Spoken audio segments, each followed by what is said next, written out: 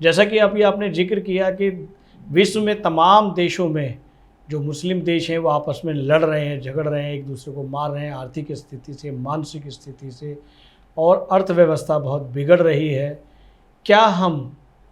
क्या विश्व तृतीय विश्व युद्ध की ओर बढ़ रहा है? देखिए, रूस और यूक्रेन में युद्ध चल रहा है जी, और पिछले 2-2.5 साल से चल रहा है। नतीजा कोई नहीं निकल रहा।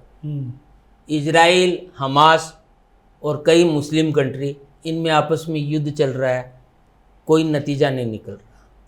मेरा एक प्रश्न है, ब्रिटेन में हिंदू भी रहते हैं जी, हिंदुओं के बारे में तो नहीं कहा जाता कि उन्होंने यहाँ आग लगा दी, वहाँ आग लगा दी, बस तोड़ दी। मुस्लिम ही ऐसा क्यों करते हैं? मुसलमानों के बारे में ही ऐसा क्यों न्यूज में आता है कि मुसलमानों ने फ्रांस में जो है ना वो आग लगा दी, मुसलमानों ने ब्रिटेन में तोड़फोड़ कर दी, मुसलमानों ने यहाँ कर दिया। ऐसा इनको क्या सिखाया जा रहा है कि ऐसा हो रहा है? कुछ देश तो ऐसा न्यूज में आ रहा है कि एक देश ने तो जो है ना मस्जिदों में जाने पर ही पाबंदी लगा दी। कुछ देश विचार कर रहे हैं इनको वोट नहीं डालने दिया जाए, इनका वोटिंग राइट छीन लो। ऐसा मुसलमानों के साथ क्यों हो रहा है?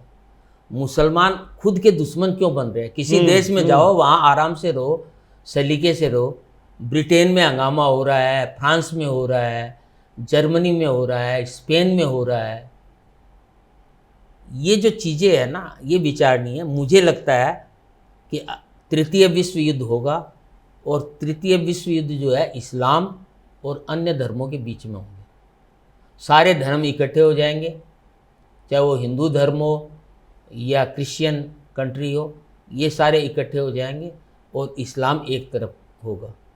क्योंकि इस्लाम जो है वो चाहता है कि पूरी दुनिया में उसका वर्चस्व हो जी, उसी का दबदबा हो। वर्चस्व किसी का नहीं हो सकता है। एक बार सिकंदर भी चला था वर्चस्व स्थापित करने के लिए, वो जीतता गया देशों को और पीछे से जो है ना वो देश आज़ाद होते रहे। किसी एक धर्म का पूरी दुनिया पर वर्चस्व नहीं हो सकता जी। ये तो सभी धर्मों को सोचना चाहिए, जो इस्लाम को मानते हैं उनको भी सोचना चाहिए कि वर्चस्व की लड़ाई नहीं होनी चाहिए, अमन चैन की बातें होनी चाहिए, सब सुख से रहे, वाह, सब सुखी हो। इस प्रकार का विचार जो है वो डेवलप होना चाहिए। लेकिन जो ये प्रभुत्व की लड़ाई, ये विस्तारवाद की लड़ाई, ये आखिरकार दुनिया में तीसरा विश्व युद्ध करा करके छोड़ेगी। इस मामले में चाइना भी कम दोषी नहीं है।